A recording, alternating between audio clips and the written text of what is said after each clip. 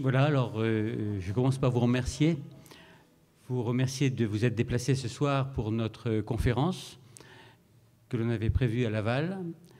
Cette conférence est dans le cadre du lancement plus du bureau, puisque c'est vraiment l'Aplomb qui s'installe sur Laval.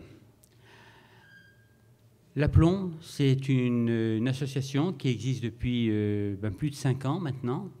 C'est l'Association pour la légalité des opérations et mouvements bancaires. Nous travaillons, on peut dire, dans la protection des consommateurs, mais d'une manière plus simple.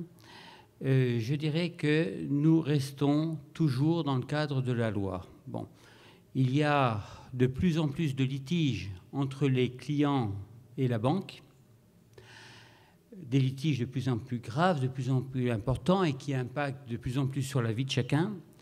Et notre rôle, c'est d'abord d'étudier le dossier pour savoir si ce qu'a fait la banque est normal, légal, ou si ça ne l'est pas.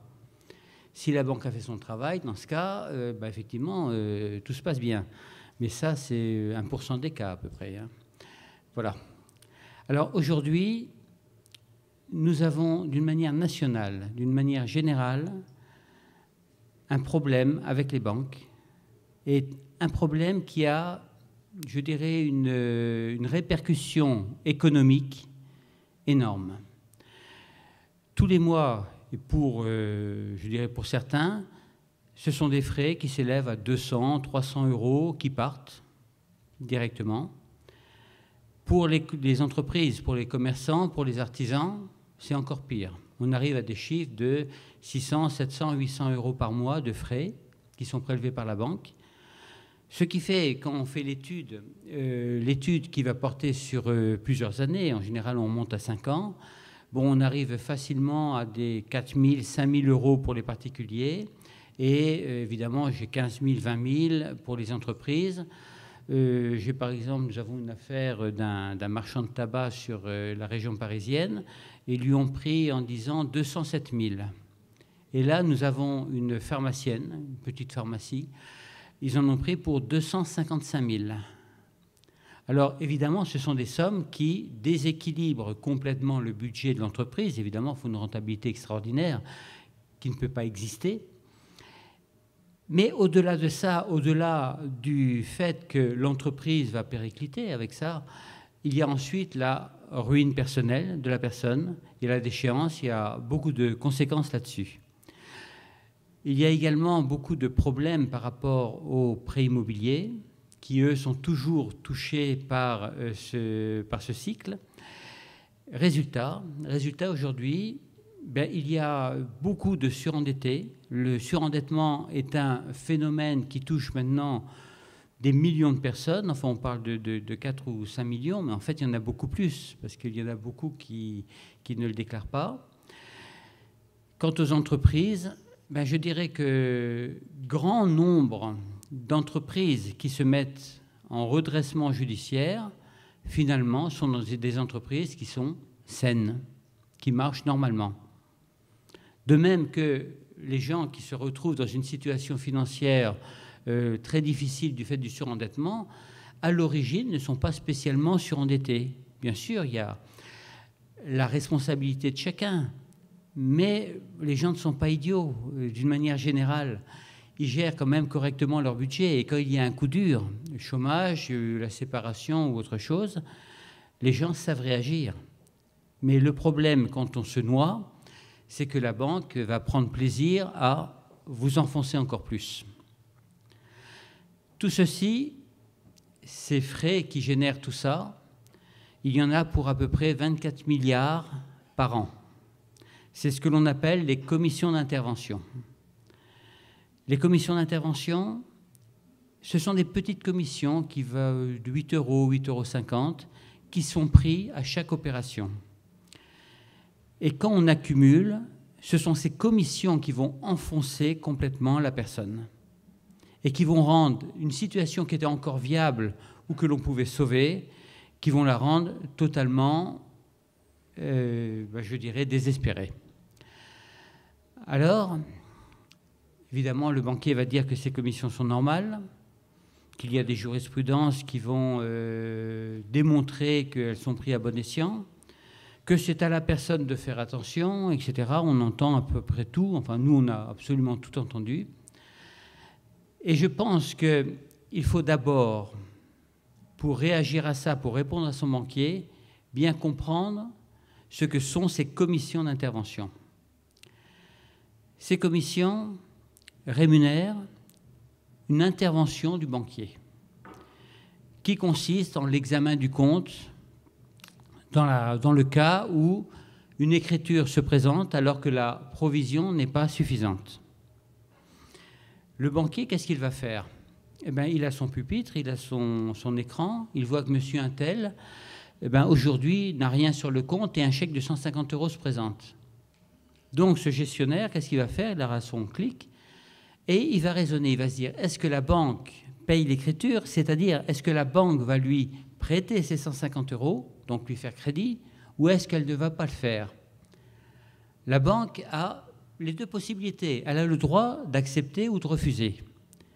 Mais dès lors que la banque clique en acceptant le paiement, ça veut dire qu'elle vient d'accorder un crédit de 150 € à la personne, sous la forme d'un découvert en compte. Jusque-là, l'opération est normale. Le banquier, qu'est-ce qu'il va faire? Il va se rémunérer, parce qu'il a peut-être passé un quart d'heure à réfléchir, enfin bref. Il va se rémunérer, il va prendre des frais pour rémunérer son intervention. 8,50 €. Mais alors vous, au bout d'un an, au bout de 3 mois, vous êtes en droit de vous poser une question. J'ai eu des découverts, combien m'ont-ils coûté? Alors qu'est-ce que vous allez faire? Vous allez prendre tous les chiffres, les intérêts trimestriels, c'est le loyer de l'argent. C'est de l'ordre de 12, 13, 14%. Donc vous allez additionner ces intérêts et vous allez également additionner les frais qui ont permis d'obtenir ces découverts. C'est ce que j'appelle, enfin pour un garagiste, ce serait la facture, les pièces et la main-d'œuvre. Et quand vous additionnez ce chiffre, et c'est ce que nous faisons tous les jours avec notre équipe à l'Aplomb, nous allons trouver un coût des découverts souvent très élevé. Alors, on va calculer le TEG. Alors le TEG, c'est le taux effectif global. Alors là, je vous renvoie à votre cours moyen première année. C'est simplement un rapport proportionnel entre le montant du découvert, la durée du découvert, le coût du découvert. Point. Et là, eh bien, surprise, on va trouver des taux qui sont de 50%, 80%, 200%. J'ai même des taux qui ont dépassé les 1000%. Et pourtant, sur l'extrait de compte, il est bien indiqué que le taux est de 12 ou 13%. Alors, évidemment, un banquier qui va prêter au-delà du seuil de l'usure est répréhensible. Alors, le seuil de l'usure, c'est quoi? La Banque de France, l'usure, c'est, comme la corruption, c'est le chancre de l'économie. Et la Banque de France va, tous les 3 mois, définir un seuil à ne pas dépasser. Le seuil, il est de l'ordre de 20-21%, bon an, mal an, bon, à quelques centimes. Ça change, mais on reste dans ces eaux-là. Si le banquier prête au-delà de ce taux de 20%, eh bien, il commet un délit. Ça s'appelle le délit d'usure. C'est répréhensible par 45 000 € d'amende, 2 ans de prison et en principe 5 ans d'interdiction d'exercice de l'activité bancaire. Eh bien, ce délit, il est commis tous les jours par toutes les banques. Et ce délit, eh bien, je dirais, il est impuni. Il est impuni parce que quand vous allez attaquer votre banque pour lui demander des explications, soit en civil ou en pénal, donc Maître Debé vous expliquera un peu la différence, eh bien, vous allez vous retrouver évidemment avec un avocat, l'avocat de la banque en face de vous, qui va vous enfoncer complètement et qui va vous dire, attendez, les frais d'intervention ne sont pas inclus dans le taux effectif global. Seulement, bon, le taux effectif global, il faut savoir que ce n'est pas une boîte magique dans laquelle on met des choses ou on ne met pas des choses. Le taux effectif global est un rapport proportionnel. Et ce qu'il faut pour le définir, c'est le coût.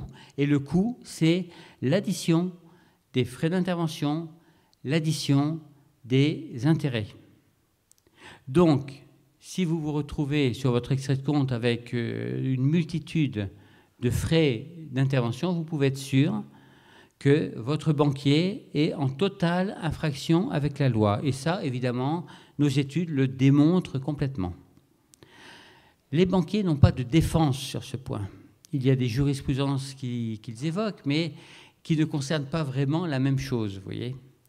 Donc, nous, à l'Aplomb, ce que l'on fait, évidemment avec Maître Debay, avec qui on travaille depuis 5 ans, eh bien, nous montons les dossiers pour ensuite les présenter, alors d'abord au médiateur, mais ça ne sert pas à grand-chose, mais c'est pour la forme, et ensuite les présenter au tribunal.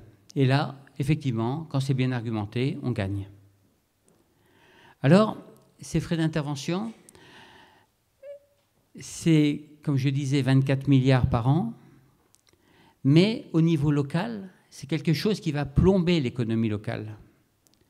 Parce que c'est 200 € en moyenne que l'on va prendre à chaque ménage. Eh c'est 200 € qui ne seront pas dépensés. Et si on lui restitue à ce ménage, si on lui restitue les arriérés, c'est-à-dire 3 000, 4 000 €, évidemment, ça redresse sa trésorerie. Et ces 200 €, eh bien, il va en principe les consommer. Il va aller chez les commerçants. Mais les commerçants eux-mêmes, qui auront économisé quand même des sommes beaucoup plus importantes, de 10 000, 20 000, 30 000 €, ben, verront affluer un certain nombre de nouvelles commandes. Et au niveau local, c'est ce qu'on appelle un cercle vertueux. C'est-à-dire qu'en fait, si les banques respectaient la loi, parce qu'il s'agit bien de ça, il s'agit du respect de la loi, si les banques respectaient la loi, ben, effectivement, on aurait un apport d'argent, un souffle d'oxygène dans l'économie locale, et évidemment, ce serait un facteur de développement, un facteur d'emploi, qui aujourd'hui, eh bien, aujourd'hui est bloqué par ces fameux frais. On constate également chez les entrepreneurs que nombre de redressements judiciaires pourraient être totalement évités. Pas si la banque avait respecté la loi dès le départ. On prend le cas de certains entrepreneurs, certains commerçants, qui vont avoir ce type de frais. Ça met en péril leur trésorerie. Dès lors, il arrive un moment où le commerçant ne peut plus, et qu'est-ce qu'il va faire? Il va se mettre en redressement. Mais à partir de là, qui sera lésé? Ses fournisseurs, les organismes de prélèvements sociaux, un certain nombre de personnes qui n'y sont strictement pour rien. Et ça fera une réaction en chaîne. Une première, un dépôt de bilan, en entraîne d'autres derrière. Entraîne des non-paiements chez d'autres artisans et entraîne des licenciements, entraîne une sorte de mini-catastrophe. Et qui a profité de ça?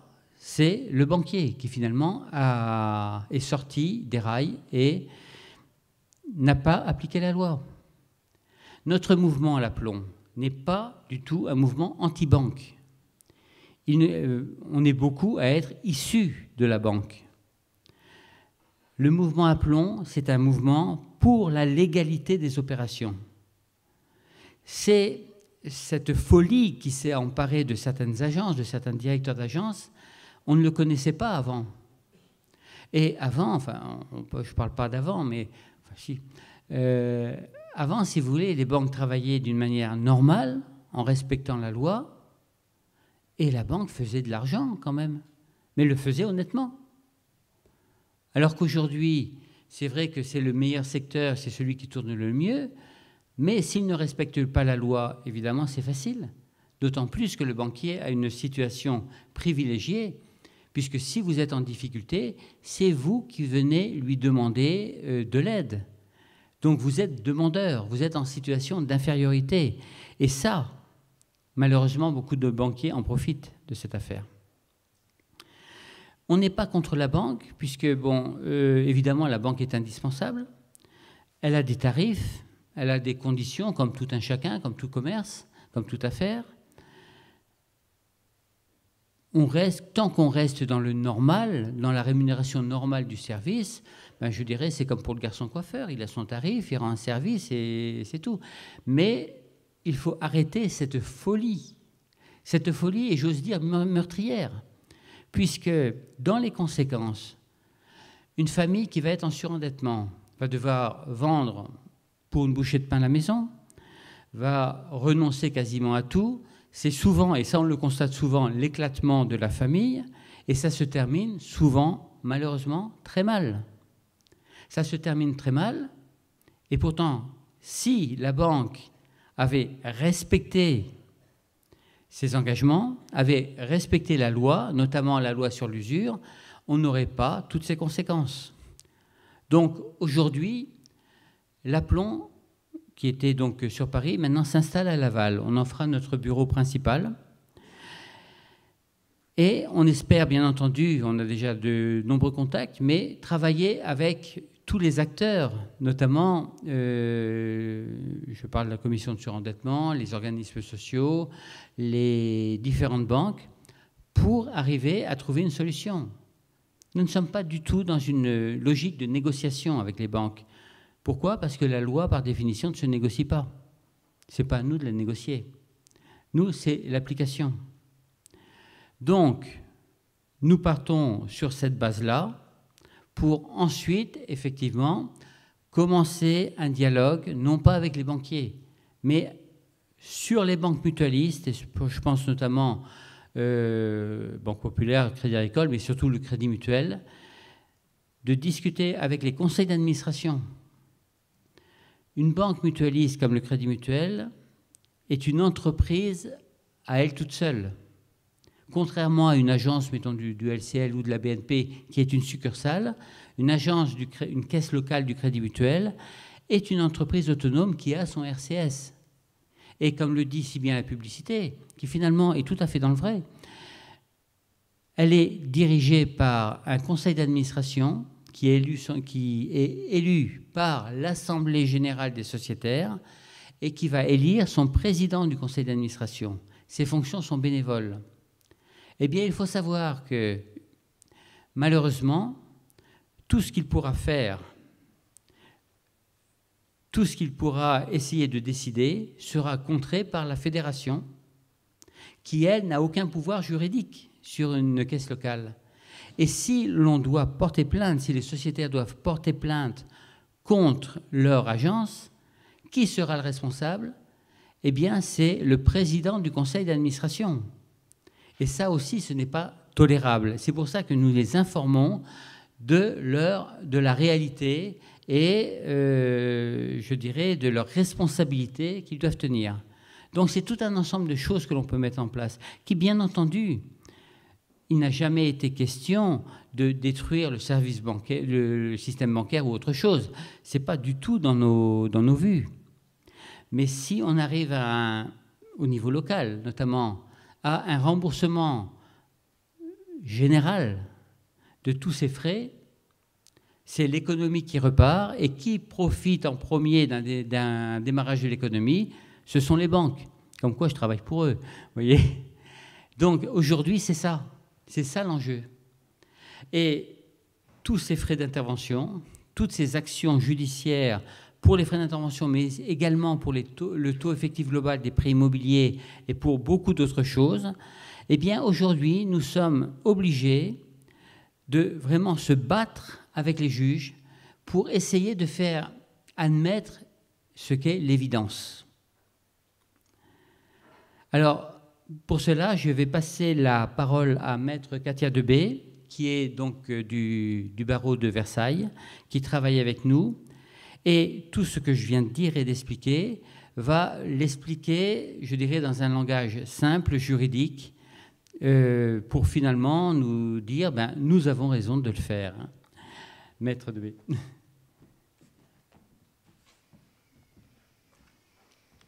Bonsoir.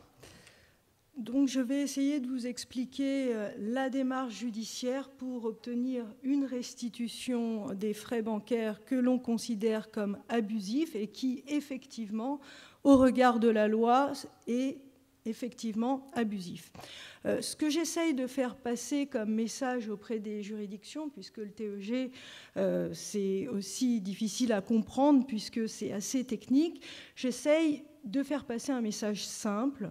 Le TEG, qu'est-ce que c'est? C'est un package, c'est le prix de l'argent que la banque vous octroie.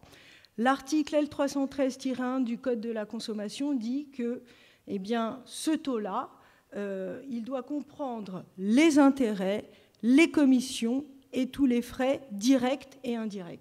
Ça semble très clair, c'est pourquoi la loi Scrivener l'a mis en place, sauf que les banquiers ont trouvé une parade qui consiste à dire « Ah non, pas du tout, le TEG, c'est simplement les taux d'intérêt, tout ce qui va en plus, ça constitue un service distinct à mettre en dehors du TEG, et on obtient dans ces conditions, comme l'a indiqué monsieur Gérard Faure, des taux qui sont absolument ubuesques. On obtient des taux de 200, de 300% de taux d'intérêt légal. Pourquoi? Parce que quand vous avez quelqu'un au RSA qui gagne 450 € par mois et qu'on lui prend 300 € de commission, eh bien, on parvient à des taux qui sont absolument phénoménaux et qui sont, à l'évidence, un taux usuraire. Alors, j'explique ça devant les juridictions en disant c'est un taux tout compris, on ne peut pas rajouter des frais d'incident, on ne peut pas rajouter des commissions d'intervention, et cela absolument sans limite. Et la jurisprudence considère qu'effectivement, on doit intégrer dans tous ces taux les commissions d'intervention et les frais d'incident.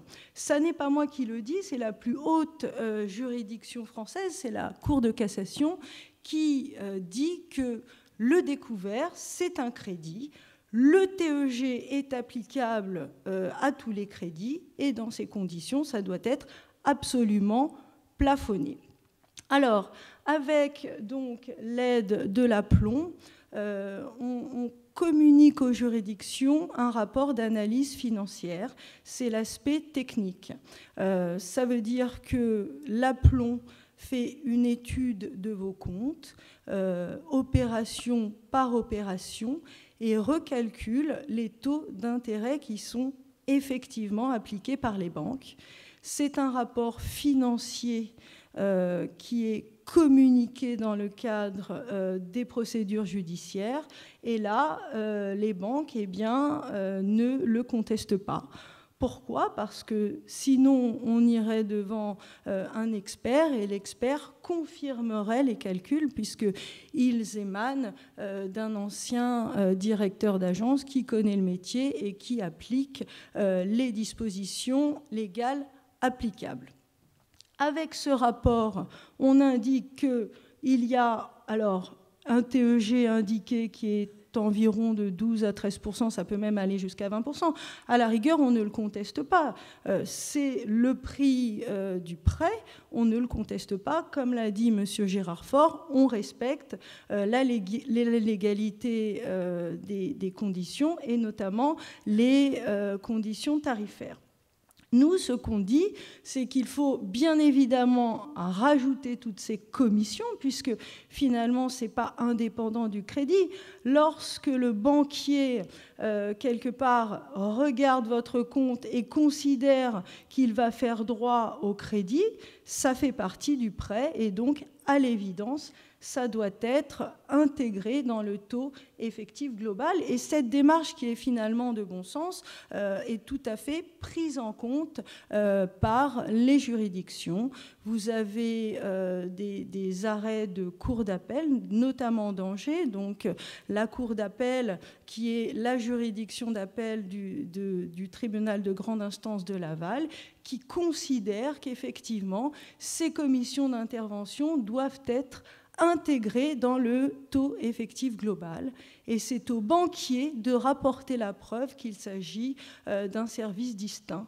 Et là, on voit souvent ce type de discussion devant les juges. Et bien, le banquier, et bien malheureusement, et enfin heureusement pour nous, il n'a absolument rien à dire, puisque la commission d'intervention, qu'est-ce que c'est? C'est le banquier qui regarde votre compte, qui sait si vous allez avoir une rentrée ou non d'argent et qui décide ou non de vous octroyer le crédit.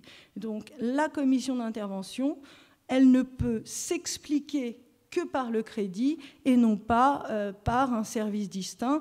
Toutes les autres commissions de rejet, on considère que, et là encore on applique les dispositions légales, on considère que ça n'est pas intégré dans le taux effectif global et on n'en demande absolument pas la restitution. Donc encore une fois, l'association Aplomb demande simplement, et moi je fais exactement ce travail devant les juridictions, je demande simplement l'application des dispositions du Code de la consommation, les dispositions légales qui indiquent, comme pour un crédit immobilier, à la rigueur, il y a un TEG, on vous dit qu'on vous prête tant à tel prix, et il n'y a absolument aucune raison de dépasser ce montant.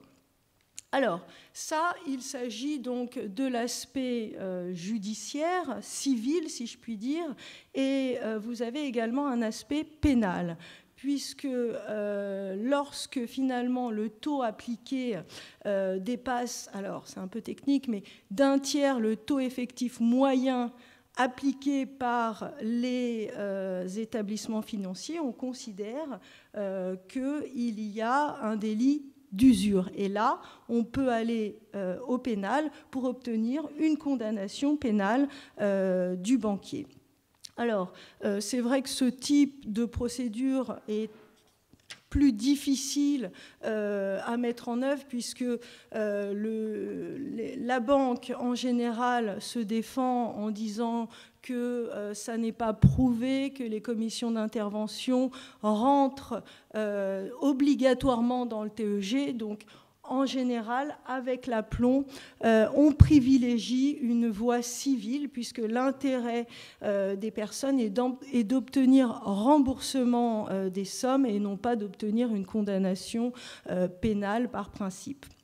Alors, on a obtenu des décisions intéressantes. Récemment, là, au mois de mai 2014, devant le tribunal de commerce de Lyon, contre le Crédit Lyonnais, c'est quand même à souligner, on a réussi à obtenir 30 000 € au titre d'un remboursement de commission d'intervention. Il s'agissait d'une entreprise de transport à qui on avait prélevé ce montant absolument astronomique. Il y avait en plus eu des ruptures de concours bancaires, des différentes fautes de la part du banquier. Cette entreprise est allée voir l'Aplomb qui lui a donc rédigé un rapport en indiquant le montant des commissions d'intervention, le TEG affiché par la banque et le TEG réellement appliqué. Si l'on prend en compte toutes les commissions d'intervention, il y a eu un rapport qui a donc indiqué qu'un montant de 29 000 et quelques euros de mémoire, je ne me souviens plus précisément du chiffre, 29 000 € avaient été abusivement prélevés sur cette entreprise. On a communiqué le rapport devant le tribunal de commerce de Lyon et le tribunal a entériné purement et simplement ce rapport et a fait droit à cette demande de remboursement de prêt. C'est quand même à souligner. Et le Crédit Lyonnais n'a pas même interjeté appel de ce jugement. Donc c'était véritablement une très belle victoire pour l'Aplomb. Ça n'est pas la seule juridiction. On obtient de bonnes décisions à Grenoble, à Angers, je vous l'ai également indiqué, et tout cela avec donc l'Aplomb. Voilà ce que je pouvais déjà indiquer sur les frais bancaires. Je reviendrai peut-être par la suite concernant les prêts immobiliers. Merci Katia. Alors, vous avez déjà un certain nombre d'éléments. Alors, pour compléter cette conférence, parce que là, on parle en termes d'infraction, on parle en termes de judiciaire, mais on va également parler en termes de solutions. Et j'ai donc invité des représentants de la Massif, notamment M. Yves Legac. Pourquoi la Massif? Parce que d'une part, c'est une entreprise mutualiste, une vraie. Et d'autre part, la Massif, qui est une assurance, qui est connue pour être une assurance, fait également depuis 4, 5 ou 6 ans des comptes de chèques. Et ces comptes de chèques, donc, j'avais été voir également la Massif en 2010-2011. On avait travaillé là-dessus avec eux. Et tout simplement, ils ne prennent pas de frais d'intervention, ils ne prennent pas de frais de refus. Le banquier fait son boulot, c'est-à-dire que s'ils doivent refuser, ils refusent, ce n'est pas la question.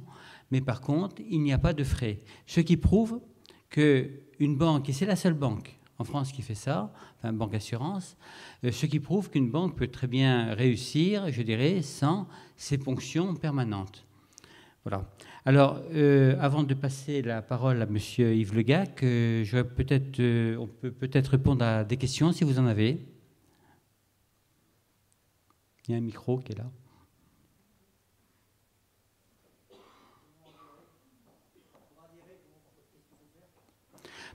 On a un site qui s'appelle appelonsfrance.fr et tout est prévu sur le site. Vous avez notamment un questionnaire où nom, prénom, adresse, les éléments, et vous avez également un message.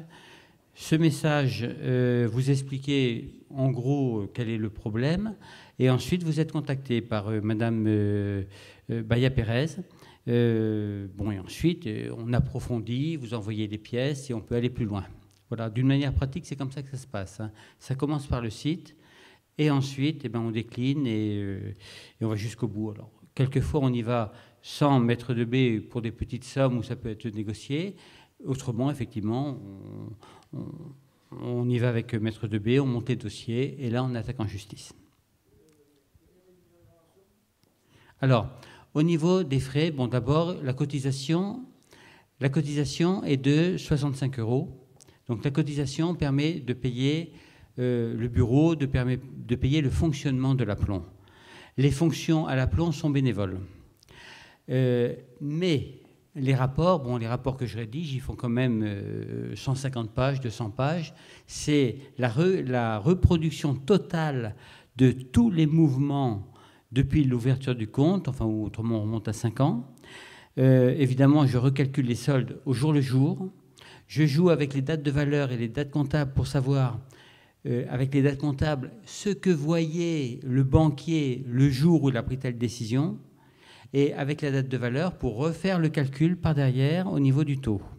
Donc ces rapports sont faits par l'équipe, alors par le bureau qui lui est professionnel, parce que ça c'est un travail de pro, c'est pas un travail bien entendu qui peut être confié à des bénévoles, c'est très très technique. Alors là le prix, c'est de l'ordre de 600 € sur un rapport complet. Voilà. Bonsoir maître, bonsoir messieurs. J'ai une banque qui se trouve à Paris, par exemple. Et je suis en Mayenne. Je veux traiter avec mon banquier, il faut à chaque coup téléphoner à Paris. Comment je fais? Parce qu'il y a des frais, il y a des agences en Mayenne, dont à Laval, ou à Mayenne, enfin bref. Bon, si je veux discuter avec moi pour des frais X, Y, il faut que à chaque coup, il faut téléphoner agence à la direction. Est-ce que c'est normal? C'est quelle banque? Vous l'avez déjà parlé tout de suite, entre autres. Le LCL? LCL, enfin le Crédit Lyonnais. Oui. Le Crédit Lyonnais fait la même chose.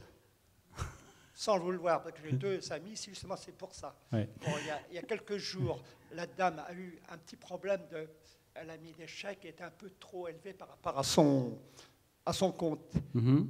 Eh bien, on lui a demandé, il y avait 2 ou 3 chèques je crois 2 chèques de 50 et puis un ou 2 de 40. Enfin bref, bon.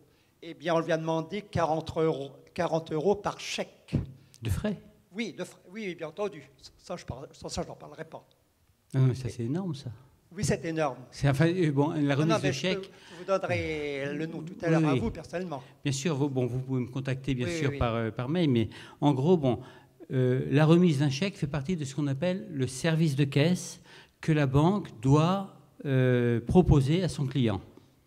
Bon, à partir de là, c'est gratuit. Mais n'a pas été prévenue, la cliente en trop. Elle l'a su en faisant son relevé. Mais madame, vous avez dépassé votre compte, c'est tout. Alors, bon, il faut me faire parvenir, il faut remplir la fiche sur le site de l'Aplomb. Vous mettez en 2 mots, vous me rappelez que vous m'avez interpellé donc, à la conférence. Là, je vous contacte et je vous demanderai, bien entendu, les extraits de compte. Et là, effectivement, on verra tout de suite ce qui s'est passé. Et là, on peut agir. Bon, on n'a pas répondu à la première question. Je suis à Paris. Je suis muté en Mayenne. Oui. Je n'ai plus mon banquier devant moi. Oui. J'ai un prestataire qui ne veut rien savoir. C'est tout. Mais ça, c'est pas normal.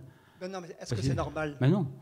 Ben non, vous pouvez très bien, si vous êtes muté vous êtes à Paris, vous êtes muté en Mayenne, bon, s'il y a une succursale de la banque en question à Laval, eh bien, il transfère le compte et en plus, c'est gratuit.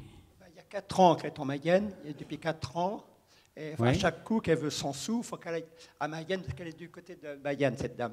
Oui. Bon, elle va à la prestation de Mayenne, et à chaque coup, ben, oui, bon, ok, bon, on va voir Paris. Ce qui n'est pas normal. Et en plus, ils doivent lui rendre ses comptes. Elle doit être sur place. Je veux voir Mme Dupont, c'est pas Mme Durand que je veux voir. Mme Dupont. Après, il voit avec sa direction. Pour moi, je suis peut-être un peu simple, mais c'est comme ça. Non, mais c'est comme ça. Hein. Vous avez raison. Vous avez raison. Non, bon, il doit faire le transfert du compte. Bon, ça met une petite semaine. Oui, ça ne fait pas 5 ans ou 4 ans. Ça ne fait pas 5 ans. Voilà. Et en plus, ils en profitent de cet éloignement pour prendre des frais. Là, on est dans le cas typique de l'abus total. Donc, ce que vous faites, vous m'écrivez donc sur le site et on vous contactera et je vous répondrai là-dessus. Hein. Bien reçu, monsieur. Voilà, il n'y a pas de problème. Je vous en prie. Merci. D'autres questions? Alors, sur les frais, sur le TEG, oui. Madame.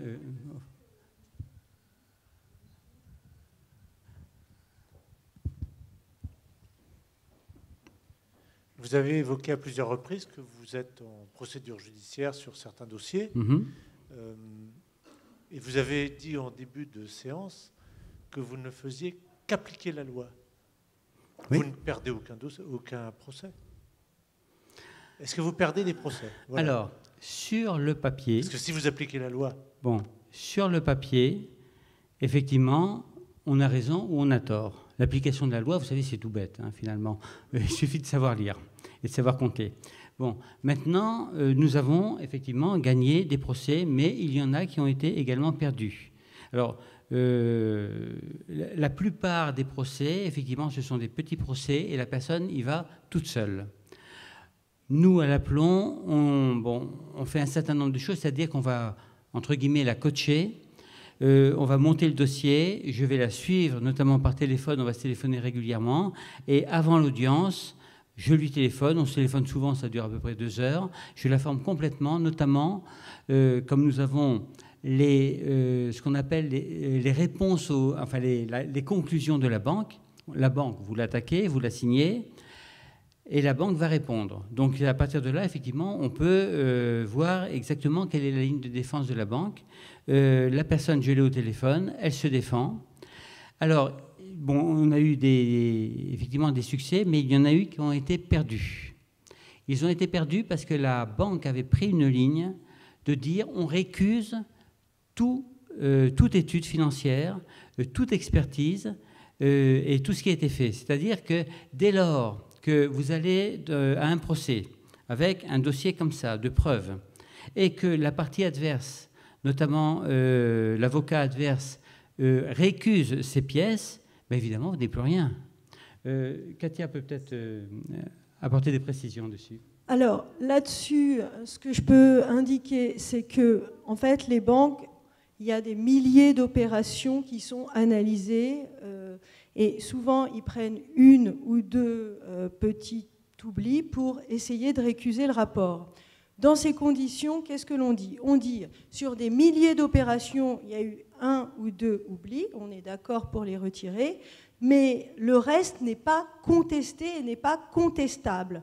C'est ce que j'indique, et j'indique même, dans ces conditions, si le rapport ne vous convient pas, sollicitez une expertise judiciaire à vos frais. Ce que la banque ne fait jamais, et pour cause, le rapport est strictement exact, et ils ne vont jamais et ça fait 5 ans qu'on travaille ensemble, j'ai eu près d'une centaine de dossiers. Je n'ai jamais eu dans un dossier un banquier qui a sollicité une expertise judiciaire pour démontrer que le rapport d'analyse est faux, ce qui prouve bien que le travail effectué est régulier. Sinon, les banquiers ont les moyens et ils peuvent tout à fait payer un expert judiciaire pour démontrer le contraire, ce qui n'est jamais fait. Donc il s'agit d'arguments de plaidoirie dans le cadre d'une audience. On essaye de discréditer un rapport en disant que ça ou ça ne convient pas, mais globalement, les rapports sont pris en compte par les juges. On a eu juste un cas ou deux et on est actuellement en appel. Maintenant, effectivement, rien n'est facile. Les banquiers se défendent, ils en ont les moyens, ils usent de tous les stratagèmes, tous les arguments, mais on se défend et on obtient gain de cause. Alors, on ne gagne pas tous les procès. Malheureusement, je ne suis pas magicienne. J'aimerais bien, mais on avance des arguments juridiques, on essaye de démontrer les choses. Eux indiquent que ça concernerait... En fait, le débat, il est très simple. C'est de dire, nous, eh bien, il s'agit d'une commission qui est liée au découvert. Eux disent, ah mais non, pas du tout. Il s'agit d'un service distinct qui consiste à étudier le compte, ça n'a rien à voir. Moi, j'invoque la jurisprudence, j'invoque le bon sens, et on obtient gain de cause au final. Voilà. Et pour rajouter à ce qui a été dit, pourquoi les banques, elles ont les moyens, elles ont le personnel, ne me font pas une contre-expertise en face? Pour une raison simple. C'est qu'il y a le technicien, il y a le juriste. Dès lors que moi j'ai travaillé à partir des chiffres de la banque, on me met quelqu'un du même niveau, donc le niveau directeur d'agence en face de moi, et même on va travailler ensemble, ça je l'ai déjà proposé. À partir de là, 2 et 2 font 4 pour tout le monde, et on sera d'accord. Donc c'est pour ça également que les banques ont peur de refaire les comptes, puisque les comptes, vous prenez une calculette, tout le monde peut les faire. C'est assez simple. Voilà. Et donc effectivement, il y a une bataille là juridique qui va se... C'est la ligne de défense des banques. Déstabiliser la personne, décrédibiliser le rapport, voilà, on le sait.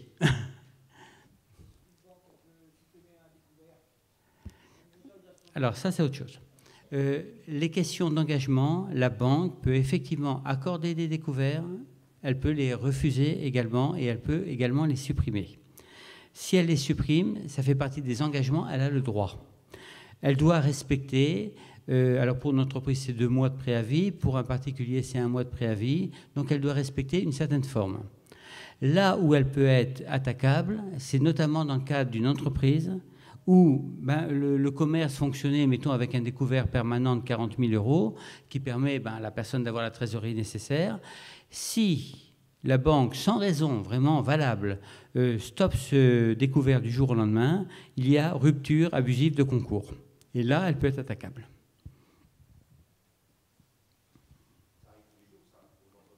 Ah oui, je sais. Le problème, c'est que ça arrive tous les jours, oui. Voilà, parce que c'est... bon, sur la théorie, effectivement, la banque est maître de ses engagements.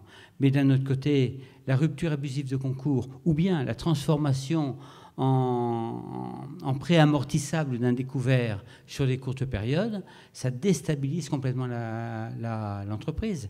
Si elle a 40 000 € de découvert, c'est pas pour la forme, c'est simplement pour acheter le stock, avoir le temps de l'écouler. Enfin, c'est tout le cycle commercial de l'entreprise qui peut être court ou long.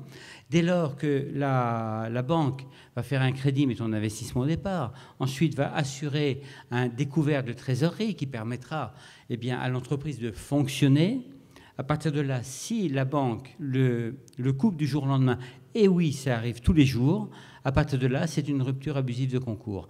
Et ça, là, c'est au niveau, évidemment, si la personne doit ensuite être en redressement judiciaire, enfin avoir tout le cycle, c'est une des premières choses qu'il faut invoquer, c'est-à-dire la responsabilité du banquier.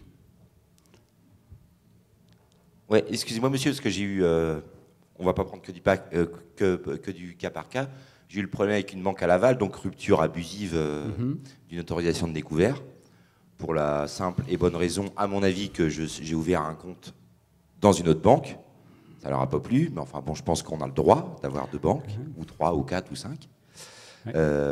Je suis passé... il y a un truc qui s'appelle... Je dis un truc parce que pour moi, c'est... Il y a des femmes, il faut que je sois poli. C'est du pipeau, par l'EG, via la Chambre des métiers, qui était d'ailleurs partenaire avec cette banque. C'est la Banque populaire de l'Ouest, je peux la citer parce que je m'en fiche. Et en fait, c'est... Bon, voilà, je ne sais pas si vous connaissez l'EG. Enfin, pour moi, de par mon expérience, je crois que, pour ne citer personne, le directeur de la Banque populaire de l'Ouest, Samuel Véron, n'a même pas regardé le dossier. Je sais pas, ils doivent faire des cocktails ensemble, machin, je sais pas ce qu'ils font. En tout cas, ils s'occupent pas de nos dossiers. Lui n'a pas vu mon dossier, l'EG non plus. Bref, mon découvert que j'avais d'autoriser de 7 000 €, aujourd'hui, je l'ai plus. Oui, il y aurait pu avoir une entreprise qui ferme. Avec 2 personnes, alors, comme je lâche jamais rien, on est toujours là. Mais il y aurait pu avoir des salariés en moins, il y aurait pu avoir, voilà, etc. C'est ce qui se passe, ouais. Voilà. C'est ce qui se passe tous les jours en France. Bien sûr, je le sais. D'ailleurs, je vous remercie beaucoup. Je vous connais depuis peu, depuis 3-4 jours. Oui. Et je vous remercie, je vous félicite. Maître, non, mais c'est important, parce qu'il faut savoir dire merci quand même. Oui. Non, c'est vrai que ce problème de rupture abusive de concours, comme vous dites, quelquefois, il y a des choses qui se passent qui ne sont pas très claires. Enfin, pour nous, elles sont claires. Je vois bien comment ça tourne. Bon, la Banque populaire, c'est vrai, ils ne nous aiment pas d'ailleurs. Je ne sais pas pourquoi. Mais enfin... Moi non plus. Voilà, on n'est pas leurs amis. Ils m'ont menacé de plainte. Attendez, c'est un truc pas possible. Qui était à la base la Banque des commerçants artisans quand même. Enfin, oui, à la base, oui, bien sûr, c'est le système du Crédit Mutuel qui s'est séparé en 1918 pour faire les commerçants. Mais ils m'ont accusé alors d'un truc pas mal, c'est-à-dire infraction à la loi de 1971, parce qu'ils m'ont accusé de faire du démarchage.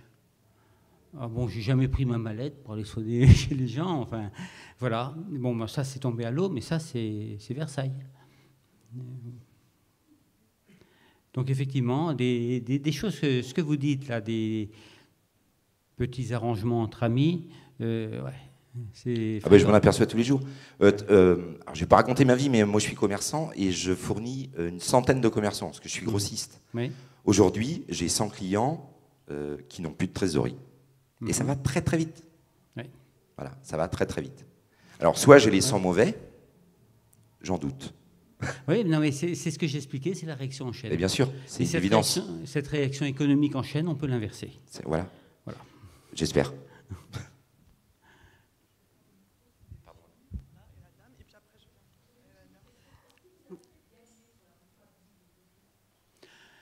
Alors, sur la rupture, oui, maître. Malheureusement, c'est discrétionnaire. Il suffit de respecter un délai de préavis, sauf à démontrer une légèreté blâmable ou une faute particulière.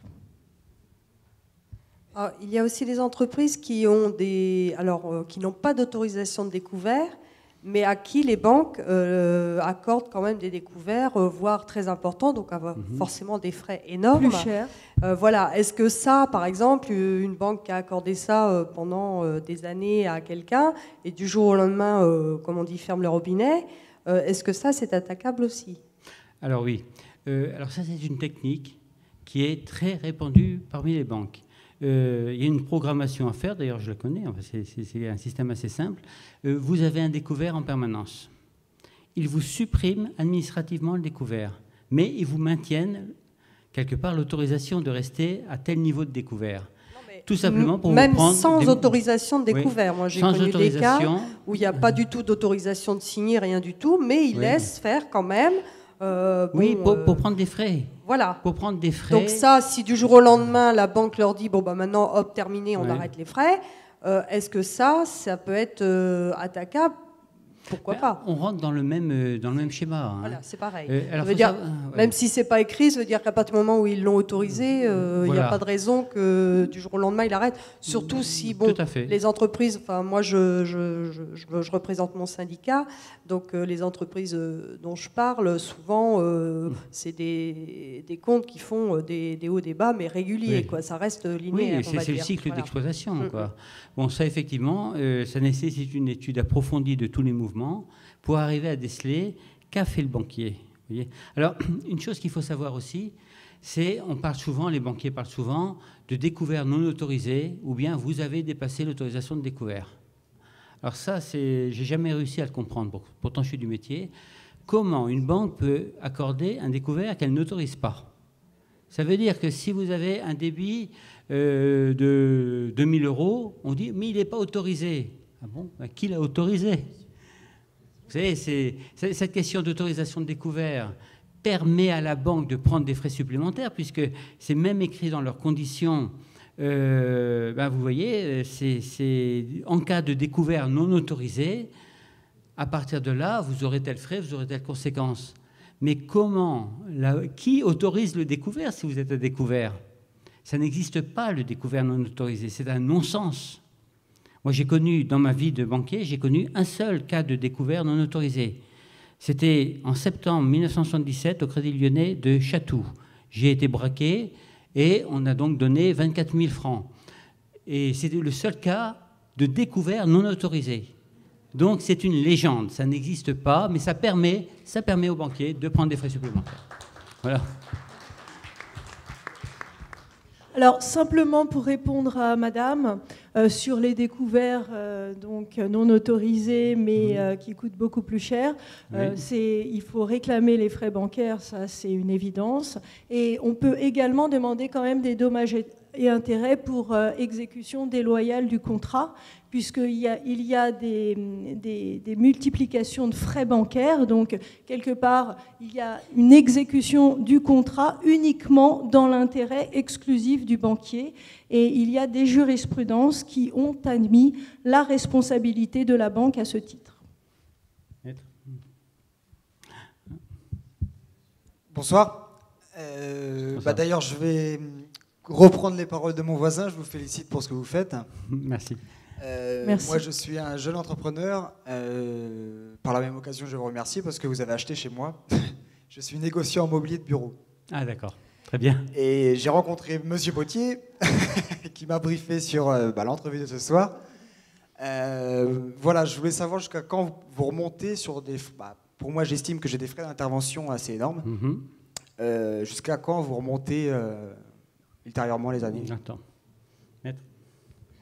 On peut essayer 20 ans, mais plus facilement 5 ans, on va dire. Hein. Ouais, voilà. Voilà. Non, parce que moi, c'est une reprise, excusez-moi, c'est une reprise d'entreprise. Là, j'ai racheté des parts. Ça fait tout juste 1 an. Et je pense qu'avant aussi, il y avait une mauvaise gestion dans la société, mais il y avait de l'abus, je pense, de la part du Crédit Mutuel. Ben, on peut remonter à 5 ans. On peut remonter à 5 ans. Bon, sachant qu'il y a quand même une jurisprudence qui dit que la prescription part du moment où on connaît le problème. Bon, c'est plus dur avec les professionnels, mais je citerai une jurisprudence qui date c'est une cour d'appel de Grenoble qui date du 25 avril 2013 qui est remontée à l'ouverture, hein, c'est-à-dire 15 ans en arrière. Donc c'est quand même tout ça à la discrétion du juge. Hein. Voilà. Oui, parce que c'est à compter du rapport d'analyse, puisque le juge considère que le client n'est pas capable et n'a pas les compétences mathématiques financières pour calculer le taux effectif global. Donc c'est à compter du dépôt du rapport que le client est informé, et c'est à compter de cette date que part le délai de prescription. Oui. A-t-on le droit de prendre des frais d'intervention sur un compte chèque en négatif lorsqu'on a de l'argent de placer sur un autre compte?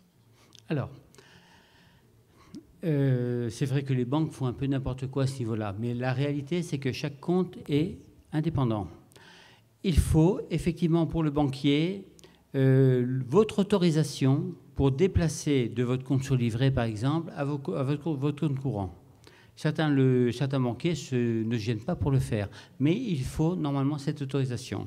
Maintenant, effectivement, qu'ils prennent des frais d'intervention sur un compte alors qu'il y a de l'argent ailleurs, je dirais que à ce niveau-là, c'est pas commercial, quoi. Vous voyez, c'est une faute qu'ils peuvent faire.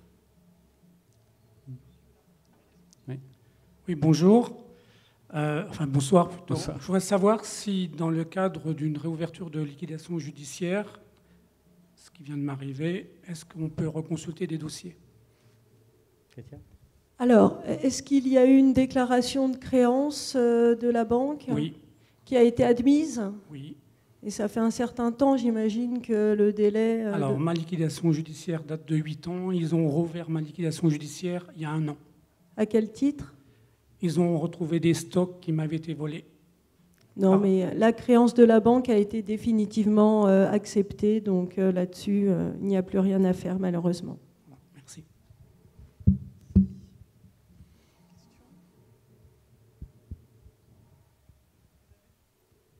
Oui, bonsoir.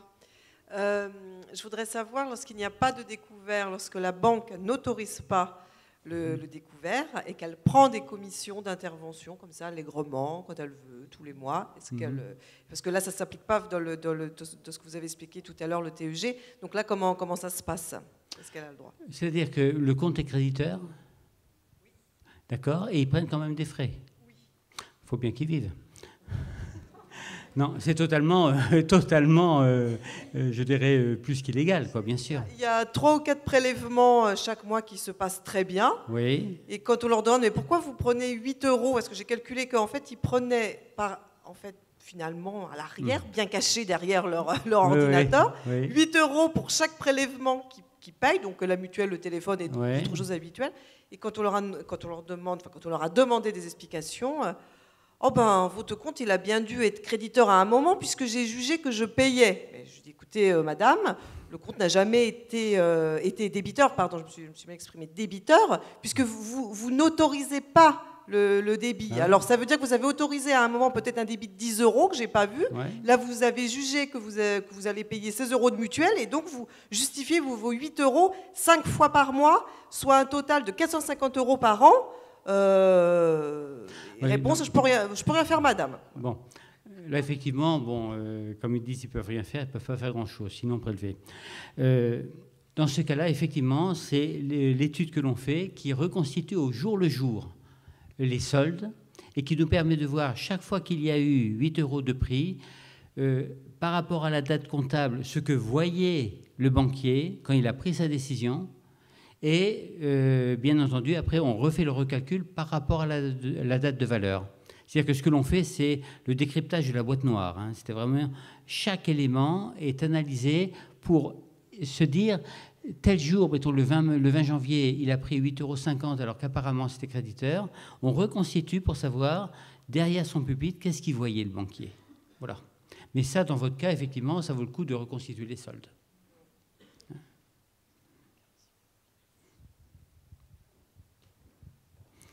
Voilà. Alors, s'il n'y a plus de questions... Alors, là, on a parlé de beaucoup de choses, mais j'aimerais maintenant parler en termes de solutions. En termes de solutions, j'ai invité la Massif, parce qu'effectivement, la Massif est un organisme mutualiste. Je suis un mutualiste dans l'âme. Et la Massif est loyale. Elle est loyale dans les opérations qu'elle fait. Évidemment, je n'ai jamais eu quoi que ce soit contre la Massif, aucune plainte. Mais surtout, je parle au niveau des comptes courants. Les comptes courants, c'est clair. Bon, il y a une offre, il y a un package qui doit valoir dans les 7-8 € dans ces eaux-là, qui permet évidemment de supprimer tous les frais d'intervention et tous les frais de refus. Alors, on me demande souvent, même très très souvent, quelle est la banque, quelle est la seule banque est-ce qu'il y a une autre banque qui peut travailler sans frais d'intervention? Oui, il y a la Massif, c'est un constat. Hein. Et je sais que la Massif, par rapport à beaucoup d'autres problèmes, est en avance du fait de sa structure mutualiste qui permet ça. Et j'aurais aimé, monsieur Yves Legac, que vous exposiez ça, s'il vous plaît.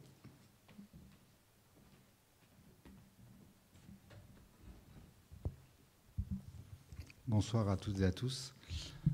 Un grand merci, monsieur Faure, pour cette invitation. J'ai le plaisir, effectivement, de représenter la Massif. Alors, certains d'entre vous la connaissent déjà par le biais de leur contrat d'assurance. Et dans ce cadre-là, c'est avec ces valeurs que la Massif a mis en place une offre bancaire à partir de 2010 pour ses clients, pour ses sociétaires. Alors là, je m'adresse tout de suite à certains d'entre vous. C'est une offre qui concerne uniquement les particuliers aujourd'hui, mais qui, dans son offre, prévoit d'intervenir pour des paiements, chèques ou prélèvements, sans commission. Donc il y a deux valeurs qu'on a voulu traduire dans cette offre bancaire, c'est la prévention et l'accompagnement. Alors l'accompagnement, il se traduit par quoi? Il se traduit tout simplement par un appel. Dès lors qu'un chèque arrive et que le solde qui est sur votre compte n'est pas suffisant, eh bien, on vous appelle pour essayer de trouver avec vous la meilleure solution. Est-ce qu'il va y avoir une entrée d'argent prochainement? Est-ce qu'il faut qu'on accepte ce chèque? Ou est-ce qu'il faut qu'on le refuse et qu'on le rejette? Dans son offre bancaire, la Massif a du coup prévu de ne pas appliquer de frais en cas de rejet de chèque. Mais sans arriver à cette situation qui est bien souvent la plus défavorable, eh bien, il y a tout un dispositif d'accompagnement qui va essayer de voir avec vous s'il ne faut pas qu'on mette en place un découvert, puisqu'aujourd'hui, pour la Massif, le découvert autorisé, comme l'a évoqué tout à l'heure M. Faure, c'est un outil d'accompagnement que le banquier se doit d'avoir envers son client. Alors, je ne vais pas vous dire que la Massif accorde des découverts au premier venu. Non, il y a une contrepartie qui consiste à domicilier des revenus, l'ensemble de ces revenus ou une partie, et en fonction des revenus qui sont domiciliés, c'est-à-dire des entrées d'argent régulières, récurrentes, eh bien, le découvert est systématiquement accordé par rapport à un pourcentage justement de ces revenus domiciliés. Voilà, donc ça c'est déjà un premier élément qui vise à éviter de vous mettre en difficulté, puisque du coup, en fin de mois, lorsqu'un prélèvement, lorsqu'un chèque arrive et que le solde est insuffisant, on va pouvoir honorer ce paiement. La Massif va plus loin dans son offre, et pour anticiper un petit peu cette problématique des frais, des commissions, dès lors que vous souscrivez à l'offre packagée Massif, alors je vais donner le prix, c'est 7,15 € en entrée de gamme, intégrant l'ensemble des services, y compris le coût de la carte bancaire. Et bien dans son offre, la Massif a mis en place un découvert autorisé systématique jusqu'à 150 € gratuit. Ça répond aux besoins de certains d'entre nous qui ne travaillent jamais à découvert, qui ne souhaitent pas avoir de découvert, mais qui ponctuellement, certains mois, certains fins de mois, peuvent avoir un solde négatif de quelques euros. Donc, pour pallier à ces situations-là, sans vous pénaliser, l'offre bancaire Massif prévoit un découvert gratuit jusqu'à 150 €. Et bien évidemment, le découvert peut aller plus loin en fonction de la domiciliation que vous faites de vos revenus. Donc voilà, je ne vais pas vous présenter l'offre bancaire Massif parce que ce n'est pas la commande de ce soir, ce n'est d'ailleurs pas l'objet. Pour autant, c'est de vous montrer un petit peu la déclinaison que l'entreprise Massif a de ces situations bancaires, comment elle souhaite vous accompagner pour éviter de vous mettre encore plus en difficulté. Et puis la Massif, Gérard Faure l'a évoqué, c'est une entreprise de l'économie sociale, du monde mutualiste, elle vous appartient, elle appartient à ses sociétaires, donc il était normal que son offre bancaire soit faite dans l'intérêt de ceux qui lui font confiance. Voilà, donc peut-être que vous avez quelques questions, même si je vous propose de ne pas trop rentrer dans le détail de l'offre bancaire, parce que je crois, pas là pour ça ce soir. Après, on pourra toujours échanger individuellement, puis je vous orienterai sinon sur mon collègue de l'agence Massif de Laval, qui lui pourra plus répondre à vos situations personnelles et particulières.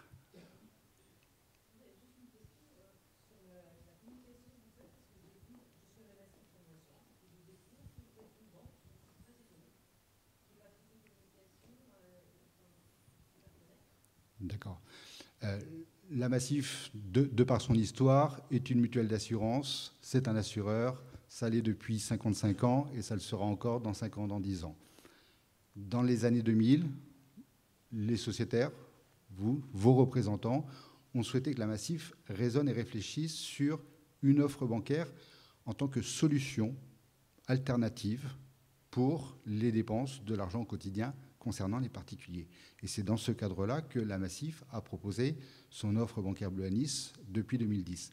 Alors, il est bien certain que c'est une offre qui est réservée aux sociétaires. Donc il faut être adhérent par un contrat d'assurance, auto, habitation, loisirs. Et à partir de là, vous avez la possibilité de souscrire à l'offre bancaire. Du coup, le choix est fait aujourd'hui de limiter la communication en termes de banquiers. Tout simplement parce qu'aujourd'hui, on ne s'adresse qu'aux sociétaires, personnes physiques, les particuliers. On n'a pas de réponse aujourd'hui, on n'a pas de solution concernant les entreprises. Et puis, on l'a vu jusqu'à présent, ce sont quand même les situations où les frais bancaires sont les plus importants lorsqu'il y a des incidents. Je dirais juste, lorsque sur une chaîne de télévision, vous avez la météo après le journal télévisé, on sponsorise et on parle bien de banque, assurance. Voilà, on y va tout doucement, mais l'objectif n'est pas de s'installer et de contrer le monde bancaire. On est trop petit pour ça aujourd'hui. Ce n'est pas la vocation de la Massif.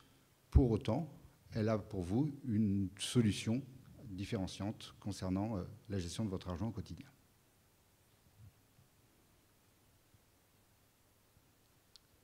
Une autre question peut-être? Oui, monsieur.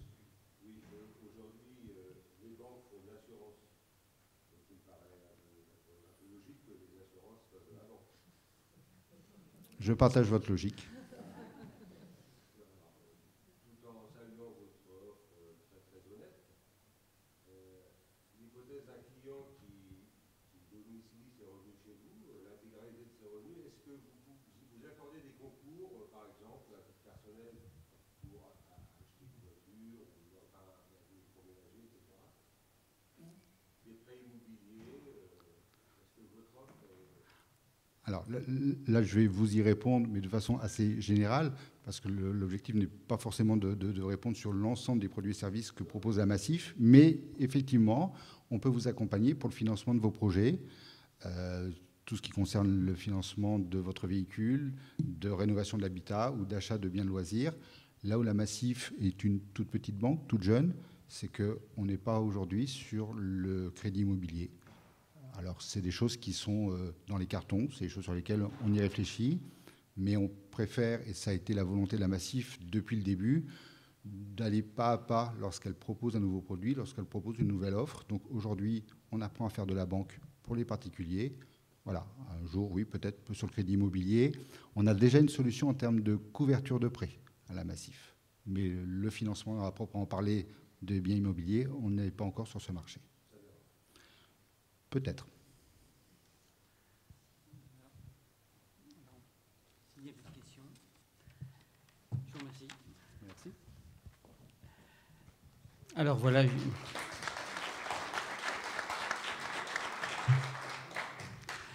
Je voulais aborder le dernier sujet qui concerne les prêts immobiliers. Bon, il y a depuis un an à peu près, tout le monde a dû en entendre parler, des problèmes sur ce que l'on appelle le TEG, le taux effectif global du prêt immobilier. Ça, c'est quelque chose qui effectivement se développe, mais où il convient d'être très prudent. J'explique très simplement. Quand vous empruntez de l'argent, mettons 100 000 euros, à partir de là, vous devez 100 000 euros. Même si vous faites, je dirais, une reconnaissance de dette sur un bout de papier, c'est valable. Par contre, dès lors que la banque demande, ce qui est normal, des intérêts, elle doit respecter un certain nombre de normes dans ses contrats. Et il y a un certain nombre d'exigences de forme qui est requise. L'exigence, je ne parle pas des détails des offres et tout ça, bon, il y a plein de petites anomalies, mais la première des exigences est d'indiquer un TEG exact. Alors le TEG, c'est quoi? Taux effectif global. Le taux, c'est le taux nominal, le taux mathématique, qui permet de calculer la mensualité de votre crédit. Dès lors, si on applique ce taux avec un échelonnement des mensualités, eh bien, en appliquant ce taux, on aurait une première mensualité qui serait gigantesque et une dernière mensualité qui serait infime. Dès lors, la banque va appliquer une formule mathématique pour égaliser les mensualités, de manière que pendant 20 ans, vous allez payer toujours la même mensualité. ça nécessite un recalcul du taux qui est très léger. C'est le TE, taux effectif. Et puis, la banque, vous allez acheter une maison, vous allez comparer différentes offres et vous allez voir la plus intéressante. Mais il y en a une offre qui est plus intéressante. Par contre, il y a un certain nombre de frais de prise de garantie, de frais d'assurance. Alors, les pouvoirs publics ont instauré l'affichage obligatoire du taux effectif global. Pour faire simple, c'est comme la loi Carré concernant l'immobilier. C'est une norme qui permet de faire des comparaisons sur deux contrats. La banque qui veut récupérer un contrat à un bon client aura tendance à baisser son taux en omettant de mettre, par exemple, les frais de garantie hypothécaire ou autre chose. C'est minime, c'est quelquefois 0,3, 0,4%. Mais vous êtes censé, quand vous faites votre choix, vous allez comparer une offre de telle banque à 4,02 et l'autre est à 4,05. Donc vous allez prendre cette première banque avec toutes les conséquences qu'il y a derrière. Eh bien là, la banque, si il s'avère que le TEG est inexact, elle a donc fraudé. Elle vous a donc quelque part escroqué. Et ça, c'est un sujet qui revient de plus en plus souvent devant les tribunaux et je demanderai à Maître Debay de le développer.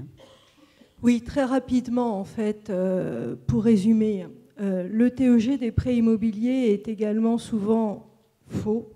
Il n'intègre pas les frais d'actes notariés, les assurances obligatoires, un certain nombre d'éléments obligatoires.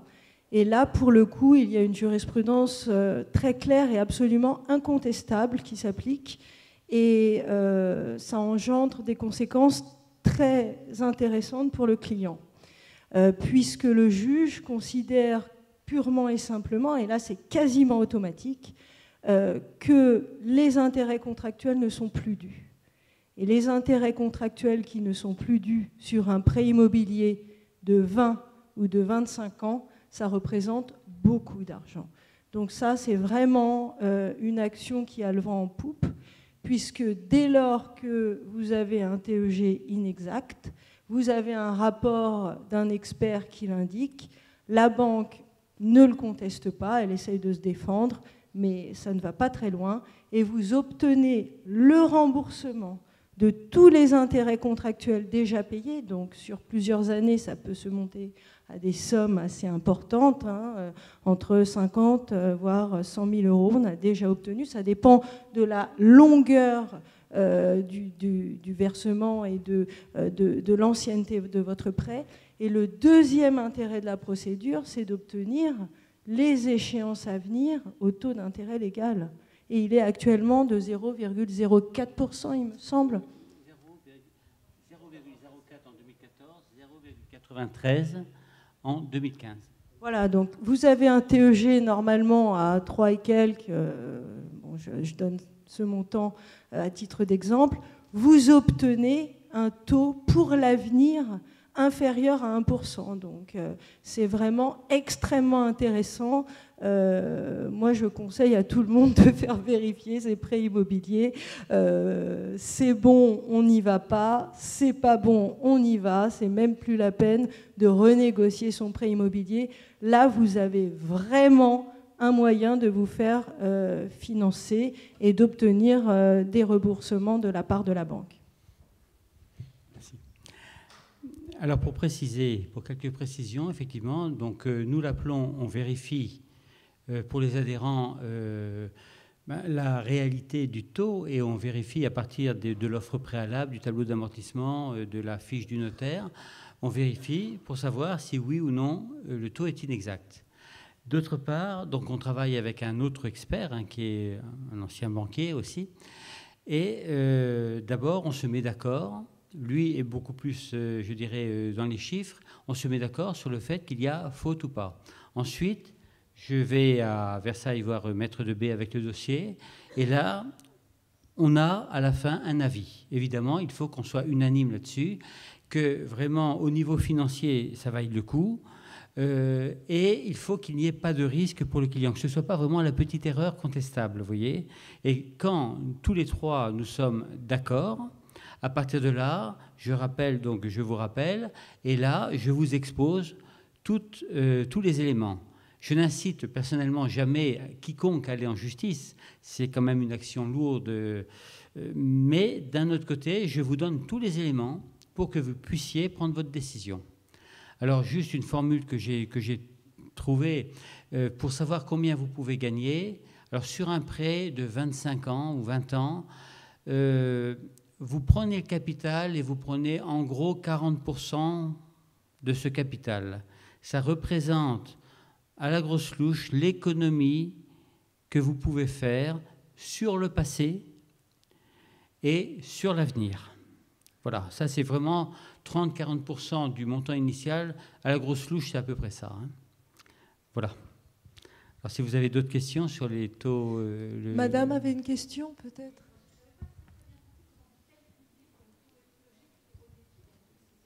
Oui.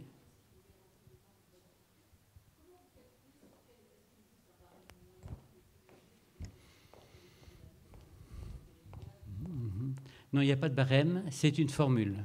C'est une mathématique formule qui fait à peu près 15 cm de long.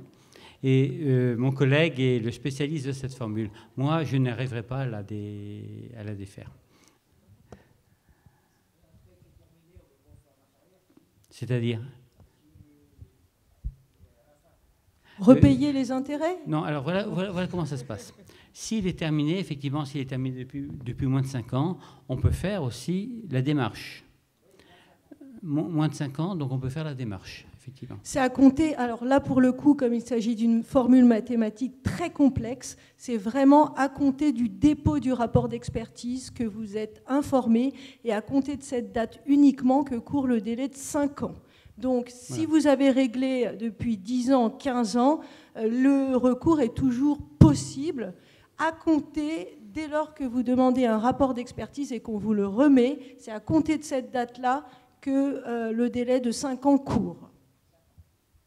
Voilà. Oui.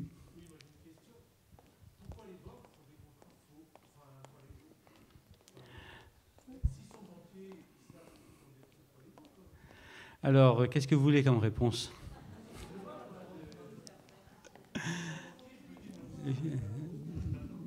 Bon, alors je vais vous dire exactement ce qu'il en est. Il ne faut pas... Dans les agences bancaires, si vous voulez, ce sont eux qui montent les prêts immobiliers. Monter un prêt immobilier, c'est souvent 2-3 heures de travail quand on est vraiment sans téléphone, sans rien, parce qu'il faut vraiment tout calculer. Je prends particulièrement les frais de notaire. Les frais de notaire, effectivement, ils sont inclus dans le taux effectif global, ils doivent être calculés exactement. Beaucoup de banquiers disent « oui, mais on ne connaît pas les frais de notaire », ce qui est faux, parce qu'on a les moyens de le savoir au départ. Et c'est tout simplement une question de, je dirais, pendant des années, dans les agences qui sont quand même surchargées de travail, c'est souvent une négligence. Une négligence... bon, moi-même, j'ai connu ça, hein, je ne m'en cache pas.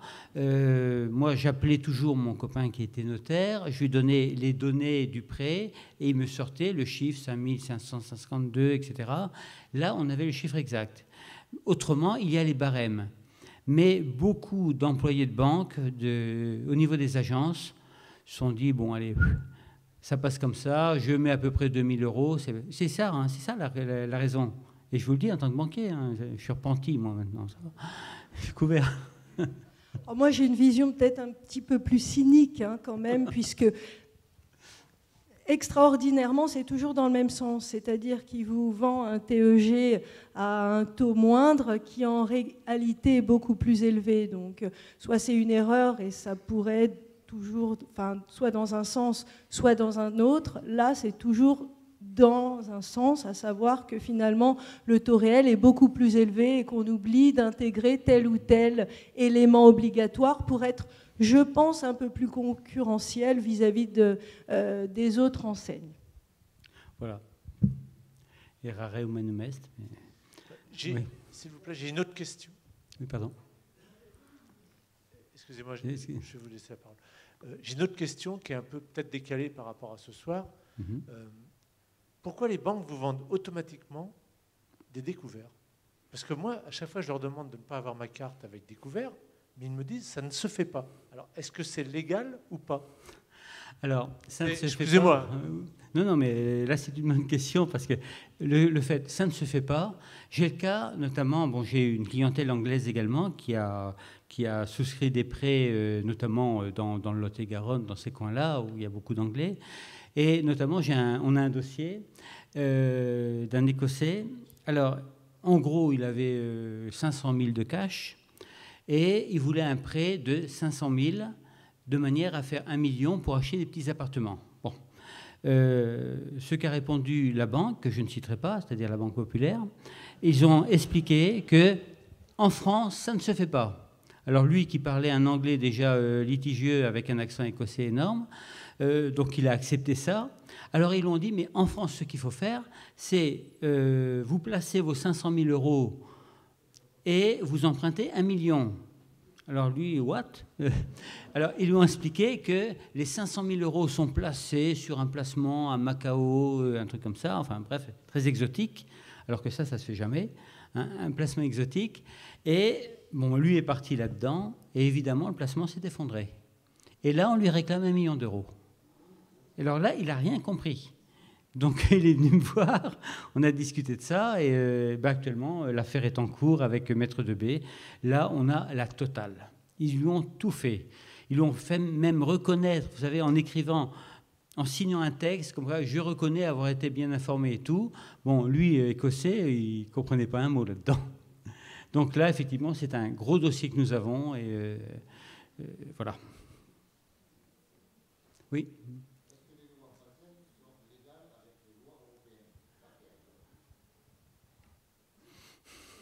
Qu'est-ce que je fais comme réponse là? Bon, il y a des directives européennes, il y a des lois européennes, il y a des décisions de justice européennes qui doivent être appliquées en France et qui ne sont pas appliquées en France. Si vous commencez dans les gros mots, comme le RSI, tout à fait.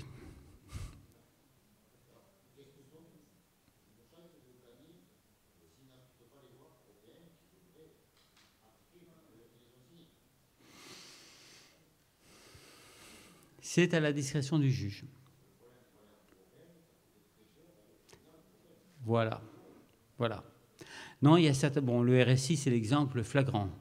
Bon, il faut savoir qu'il y avait une cour d'appel, celle de Limoges, qui au mois d'octobre avait exigé du RSI qu'il produise son numéro d'immatriculation en tant que mutuelle. Le RSI ne l'a pas, pour une raison qui est simple, parce que s'il l'avait, il serait soumis à la concurrence. Dès lors, tous les autres opérateurs du marché, bon, il y a la Massif, il y a la MAV, il y a la GMF, il y a tout le monde, se mettraient sur ce marché-là. Et effectivement, le RSI, qui a un monopole, va demander 20 000 euros par an sur une assurance qui, à l'étranger, ou chez n'importe qui, peuvent la faire à 3 000. Vous voyez ? Donc c'est une situation de monopole qui a été dénoncée alors 1000 fois par tout le monde, par les lois européennes. Et cette cour d'appel de Grenoble devait statuer le 15 février. Ça a été reporté au 23 mars, c'est-à-dire il y a 3 jours. Et finalement, la cour d'appel a dit, finalement, le RSI, c'est légal. Alors là, on est dans l'extraordinaire. Là, c'est rencontre du 3e type. Là. Voilà. Ouais. Si, on l'a, celui-là. Il y a d'autres... Ouais. Oui, c'est à peu près ça. Hein. Mais en tout cas, bon, eux, ils continuent d'agir. Voilà. Et après, si on rentre avec vous, combien de temps il faut pour qu'on commence jusqu'à qu'on aille au tribunal? Si on va au tribunal, évidemment. La contestation de frais bancaires, vous voulez dire? Oui, pour le crédit immobilier ou pour moi, pour ma société. Les procédures sont d'environ 1 année, mais à Laval, je crois que ça va un petit peu plus vite. Oui, voilà. Moi, je ne suis pas à Laval, je suis à Toulouse, donc beaucoup plus différent. J'ai envie de vous dire, chaque juridiction est... J'ai pas d'accent, C'est vrai.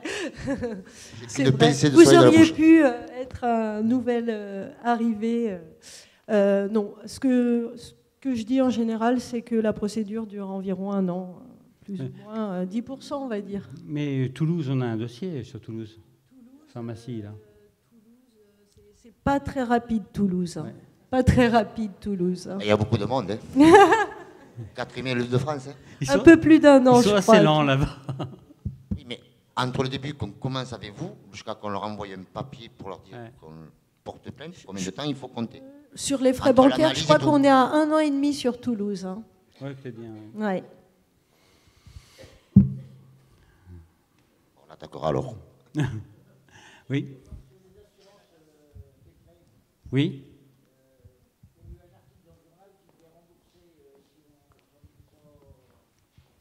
Tout à fait.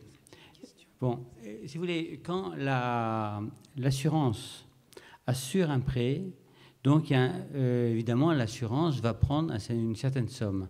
Elle va devoir assumer un certain risque global. Ce risque, il est admis que, bon, c'est normal que l'assurance gagne environ 20% de marge. Il y a les risques, mais normalement, ils doivent effectivement rembourser une certaine somme. Et les assurances qui finalement, elles remboursaient, mais elles remboursaient non pas le particulier, mais la banque qui a enregistré ça, alors ça j'ai bien aimé le terme, sous l'appellation de bénéfices techniques. Voilà. Alors votre argent, il est parti dans des bénéfices techniques. Alors là, on a travaillé avec Que Choisir, qui était en pointe sur ce dossier, pour éventuellement monter une action de groupe. Mais bon, il semble qu'il y ait quand même des problèmes. Ça n'avance pas.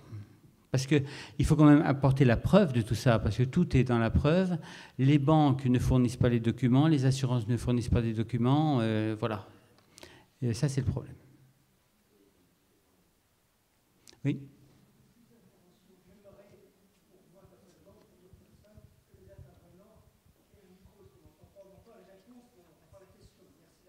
Ah, il y en a un qui se promène, des micros, oui.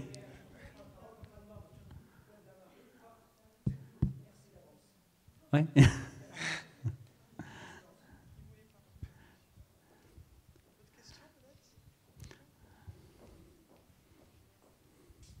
Merci.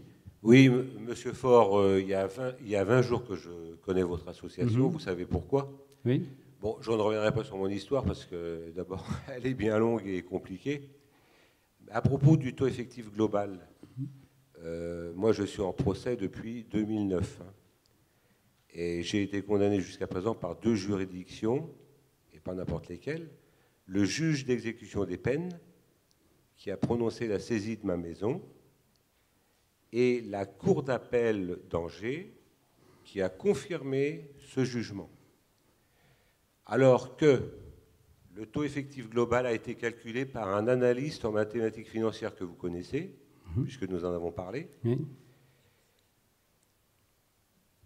Deuxièmement, la banque à laquelle nous avons réglé la vente d'une maison sur Argentré, puisque j'étais en Mayenne auparavant, la banque, dans le décompte qu'elle réclamait, ne faisait pas état de ces 132 000 euros, pour être précis. Alors, ce que vous êtes en train de dire, c'est que les sommes dues en application du taux d'intérêt légal, normalement, auraient été de 132 000 euros. C'est ce que vous êtes... Non. Il y a 2 choses. Dans mon conseil a attaqué le CIF sur la validité, l'exactitude du TEG. Alors, je connais ce type de procédure. En fait, il s'agissait d'un acte notarié. Donc, ça veut dire que lorsqu'il y a une déchéance du terme pour non-paiement des échéances, il y avait un titre exécutoire et vous êtes passé directement dans le cadre d'une vente judiciaire. Ensuite, il y a eu un rapport d'analyse financière qui a dit que le taux d'intérêt global était erroné, qu'il fallait donc repasser au taux d'intérêt légal. Mais cela n'empêche pas les saisies immobilières. Ça veut dire que vous aviez un titre exécutoire contre vous, puisque vous aviez signé un prêt devant notaire, vous n'aviez pas payé les échéances, il y a eu une déchéance de prêt, Et là, de manière automatique, le juge de l'exécution était saisi. Donc, tout ça ne dépend pas du taux effectif global, mais c'est parce que vous aviez signé un acte de prêt notarié qui vaut titre exécutoire. Voilà. Donc, c'est pour ça que la vente est intervenue.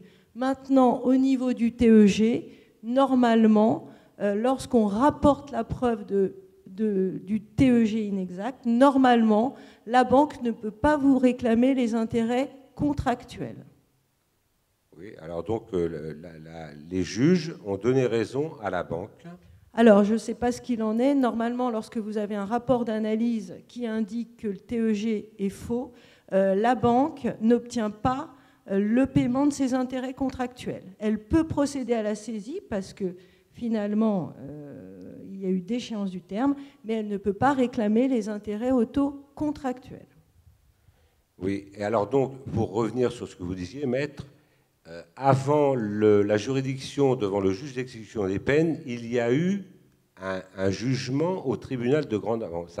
On est rendu à la 4e juridiction, au tribunal de grande instance de Nantes, cour d'appel de Rennes, juge d'exécution des peines à Angers. Alors, après, ça dépend du montant que vous deviez. Si vous deviez 150 000 € et que les intérêts contractuels n'étaient que de 50 000 €, ça veut dire qu'il vous restait une dette auprès de la banque et que dans ces conditions, la déchéance du terme était fondée. Oui, non, mais ça, je ne conteste pas sur le processus, la déchéance du terme. Mais moi, ce qui m'interpelle, c'est, et là, maître, je ne vais pas vous demander de prendre position, vu votre profession, mais je suis persuadé qu'il y a des barreaux dans certaines villes où il y a des collusions. Et ça, on ne m'enlèvera pas d'idée. D'ailleurs, j'ai commencé à médiatiser mon affaire par l'intermédiaire du journal Ouest France, mais c'est passé que sur le Maine-et-Loire et sur Internet, pour ceux qui l'ont peut-être vu. Et je vais prochainement médiatiser au niveau parisien, parce que j'ai la chance d'avoir des connaissances à Paris. Là, aujourd'hui, nous sommes en cassation. La banque... Pour le chèque de 132 000 €, c'est une vente de maison que nous avons effectuée, que nous avons remboursée à la banque. Et la banque nous demande un décompte sans tenir compte de ces 132 000 €. Et les juges en appel ne répondent même pas à la question. Après, il faut voir chaque dossier, c'est difficile de vous répondre comme ça. Comment ? C'est un dossier très complexe. J'ai lu justement. Oui, non, mais on en a parlé au téléphone, effectivement, c'était pour dire que ça peut être très, très grave. Oui, c'est vrai. Oui, mais en matière quand même de vente aux enchères, c'est quand même très intéressant puisque parfois, la vente aux enchères a lieu, mais vous récupérez tous les intérêts contractuels. Et ça, c'est quand même... c'est pas négligeable. Quand ça fonctionne, hein, bien sûr. Voilà. Merci. Voilà. Alors, est-ce qu'il y a d'autres questions ? Oui. Il n'y a plus de micro ? Voilà, il est là.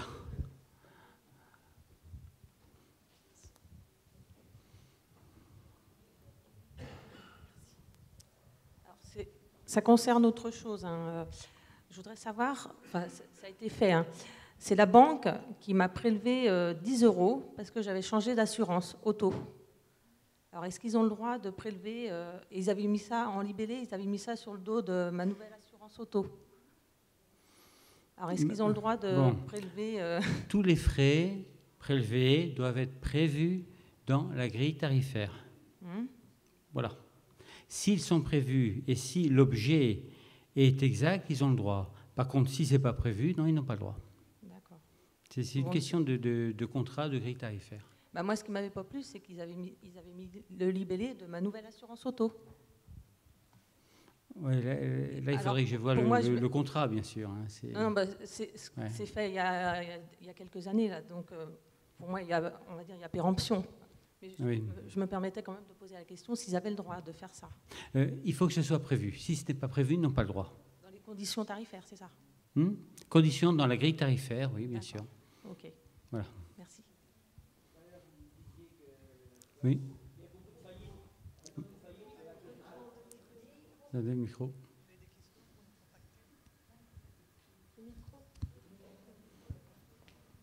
Yeah.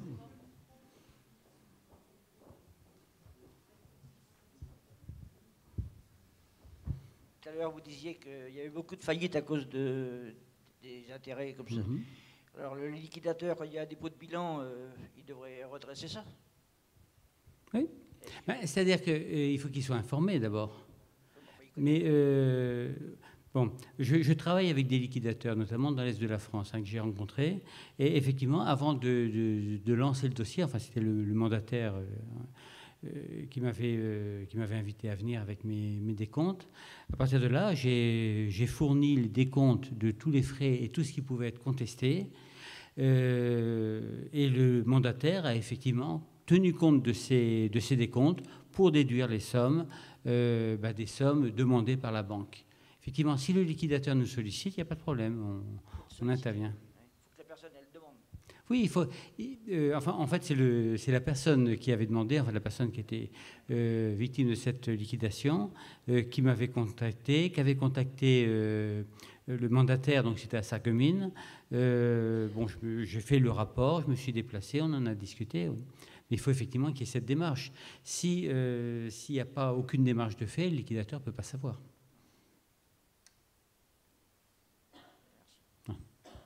Bon.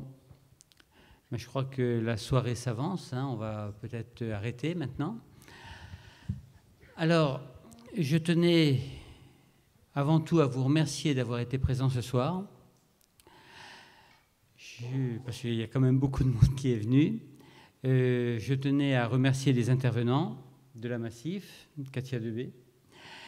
Et également, je tenais à remercier Dominique qui a lancé l'aplomb à Laval. Et franchement, sans lui, rien n'aurait été possible. C'est un travail qui est énorme, qui est, je dirais même gigantesque.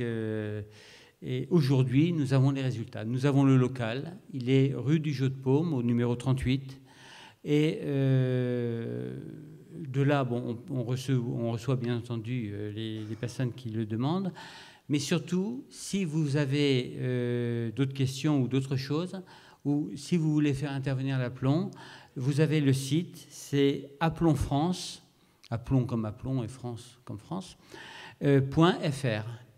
Et là, vous avez tout le site, vous avez les contacts, vous voyez par rapport au problème, TEG, questions diverses et autres, vous remplissez une fiche, un nom, prénom, adresse, avec en gros le problème que vous allez évoquer, et ensuite vous serez rappelé par Madame Pérez qui se charge du suivi de ces fiches. Voilà, donc c'est assez simple, on essaie de simplifier au maximum. Et maintenant, c'est vrai qu'on aura une présence de l'équipe beaucoup plus, nous serons tous quasiment en permanence sur Laval, enfin l'un ou l'autre, vous voyez. Et l'expérience de Laval est extrêmement intéressante dans la mesure où nous concentrons toutes les réclamations et tout le travail sur une seule ville, donc déjà sur 2-3 banques, mais surtout sur une seule juridiction. Et si effectivement nous avons beaucoup de résultats, beaucoup de jurisprudence, ça va s'épandre un peu partout. Voilà. Je vous remercie donc de votre présence. Et voilà.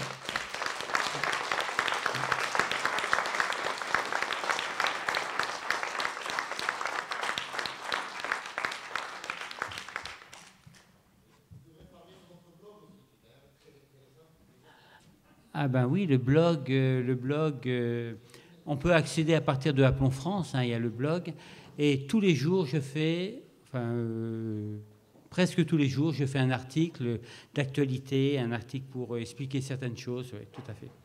Merci.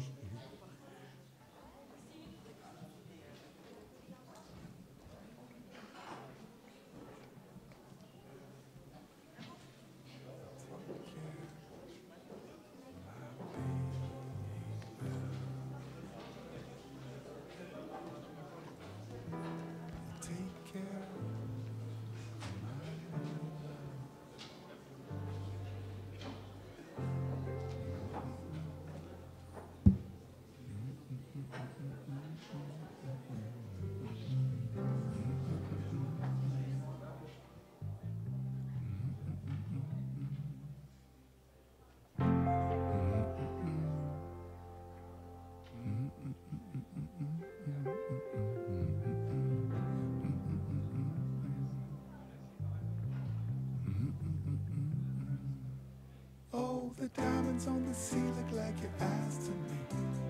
Hold me in your arms, babe, I need to sleep. Sing me a song